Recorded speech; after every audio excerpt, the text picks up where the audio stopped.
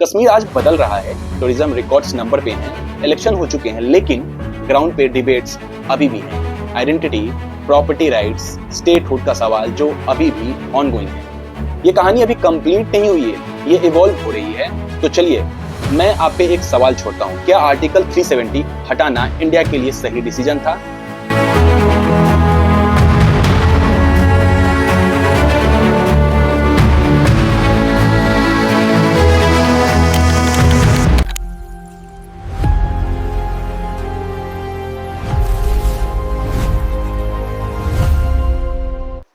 नमस्कार दोस्तों, welcome to idea of media.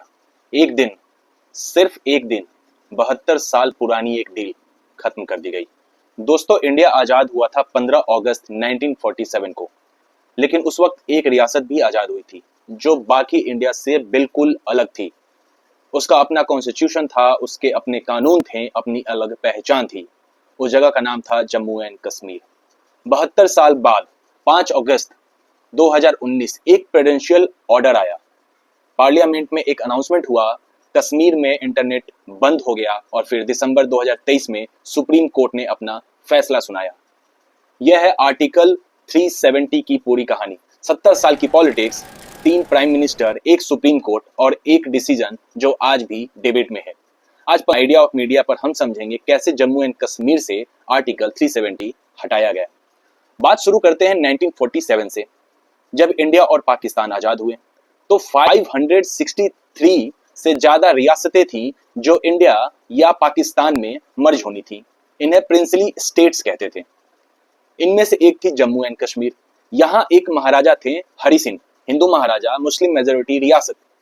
महाराजा हरि सिंह एक अलग रास्ता चाहते थे, ना इंडिया के साथ जाना, ना पाकिस्तान के साथ, इंडिपेंडेंट रहना चाहते थे। 22 अक्टूबर 1947 को मुजफ्फराबाद सेक्टर से पाकिस्तानी बैग्ड पुश्तन ट्राइबल फोर्सेस ने अटैक कर दिया। वो श्रीनगर की तरफ तेज रफ्तार से बढ़ रहे थे। महाराजा हरि सिंह के पास अब कोई ऑप्शन नहीं था। उन्होंने इंडिया से मदद मांगी।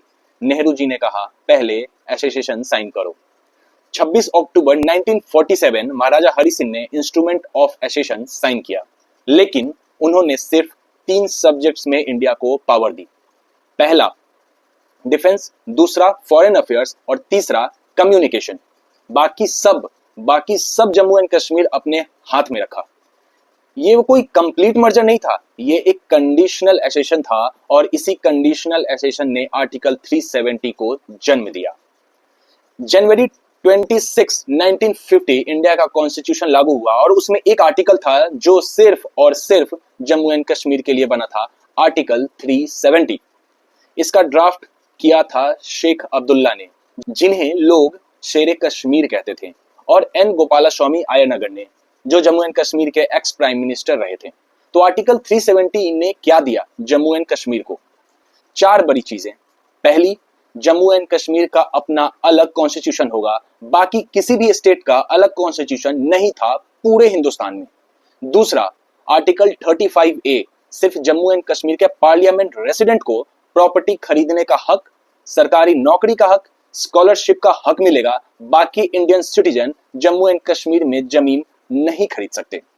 तीसरी, पार्लियामेंट जम्मू एंड कश्मीर में सिर्फ लिमिटेड सब्जेक्ट पे ही कानून बना सकती थी, वही जो इंस्ट्रूमेंट ऑफ एसोसिएशन में था। और चौथी, कोई भी नया constitutional provision Jammu and Kashmir में सिर्फ तभी लगेगा जब जम्मू एंड कश्मीर गवर्नमेंट की कंसेंट होगी। अब दोनों साइड्स की बातें करते हैं। सपोर्टर्स कहते हैं ये एक प्रॉमिस था, कश्मीर के लोगों को दिया गया वादा कि उनकी आइडेंटिटी, उनकी जमीन और उनकी पहचान प्रोटेक्ट की जाएगी। क्रिटिक्स का कहना है कि ये इंडिया को अंदर से तोड़ रहा है। एक देश में 2 विधान, 2 प्रधान और 2 निशान, ये नहीं चलेगा। ये वर्ड्स थे श्यामा प्रसाद मुखर्जी के, जो जनसंघ के फाउंडर थे, बीजेपी आइडियोलॉजिकल पूर्वज थे। 1947 से 2019 तक 72 साल, इस दौरान आर्टिकल 370 का एक बहुत लंबा कॉम्प्लिकेटेड सफर रहा। 4 दशक, कई प्राइम मिनिस्टर आए, कई गवर्नमेंट आई, लेकिन यह आर्टिकल कोई नहीं हटा पाया। 1953 में शेख अब्दुल्ला को अरेस्ट कर लिया गया।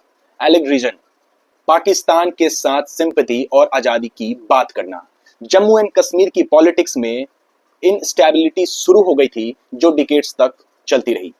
1987 जम्मू एंड कश्मीर इलेक्शन में बड़े स्केल पे रिगिंग के एलिगेशन आए। जो नेता जीतते हुए हारा हुआ डिक्लेयर कर दिया गया और जो हारे हुए उन्हें विनर बता दिया गया। रिजल्ट क्या हुआ?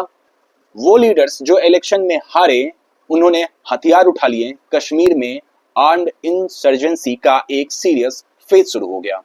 कश्मीरी पंडित का एक बड़ा एक्सोडस हुआ। उन्होंने अपना घर, अपनी जमीन, अपना शहर छोड़ना पड़ा। रात के अंधेरे में AFSPA armed forces special powers act लागू किया गया। 1999 कारगिल वॉर में पाकिस्तान ने इंडियन टेरिटरी इनफिल्ट्रेट की। इंडिया ने उन्हें वापस खदेड़ा। आर्टिकल 370 पे नेशनल डिबेट और तेज हो गई और इस पूरे दौरान बीजेपी का एक कंसिस्टेंट प्रॉमिस था। हर इलेक्शन मैनिफेस्टो में लिखा था आर्टिकल 370 हटाना है। ये डिकेड्स पुराना संकल्प था। 2014 में उन्हें मेजोरिटी मिली। 2019 में दोबारा और बड़ी मेजोरिटी। अब वक्त आ गया था कि इस प्रॉमिस को पूरा करने का। 5 अगस्त 2019 पार्लियामेंट का सेशन चल रहा था। राज्यसभा होम मिनिस्टर अमित शाह उठे और एक अनाउंसमेंट करते हुए जो इंडिया की हिस्ट्री बदल देती है। Jammu and Kashmir reorganization bill pass act होता है। आर्टिकल 370 हटा दिया जाता है और जम्मू एंड कश्मीर को 2 अलग यूनियन टेरिटरीज में स्प्लिट कर दिया जाता है, जम्मू एंड कश्मीर और लद्दाख। कश्मीर में उस दिन क्या हुआ? इंटरनेट शटडाउन, सेक्शन 144 लागू हुआ।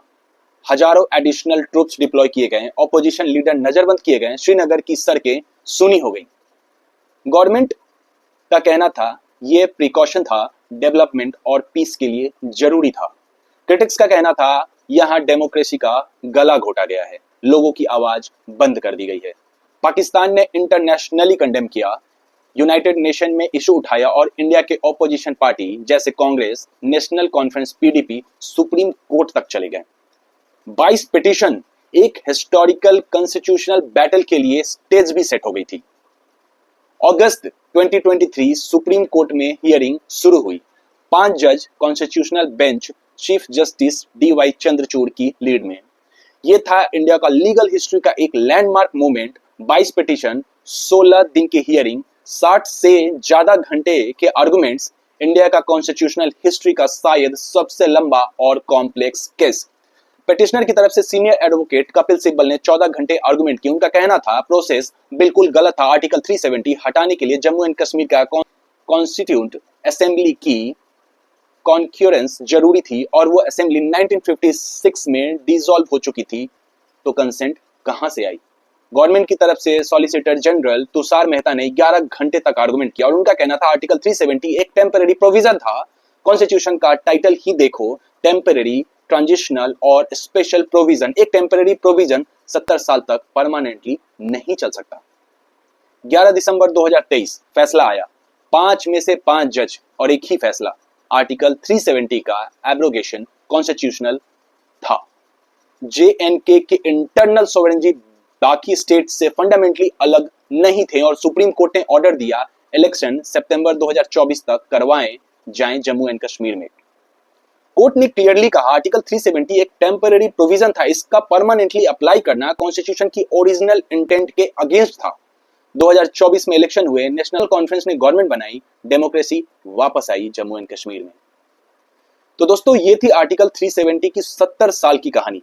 1947 में एक कंडीशनल एसेशन, 1950 में एक स्पेशल प्रोविजन, डिकेड्स की पॉलिटिक्स, इंसर्जेंसी, इलेक्शन वॉर, 2019 में एक एब्रोगेशन और 2023 में एक सुप्रीम कोर्ट का वर्डिक्ट।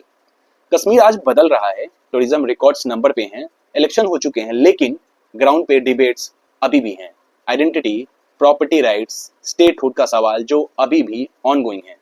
ये कहानी अभी कंप्लीट नहीं हुई है, ये इवॉल्व हो रही है। तो चलिए मैं आप पे एक सवाल छोड़ता हूं, क्या आर्टिकल 370 हटाना इंडिया के लिए सही डिसीजन था या प्रोसेस गलत था? दोनों तरफ के स्ट्रॉन्ग आर्गुमेंट्स हैं, आप खुद जज करो।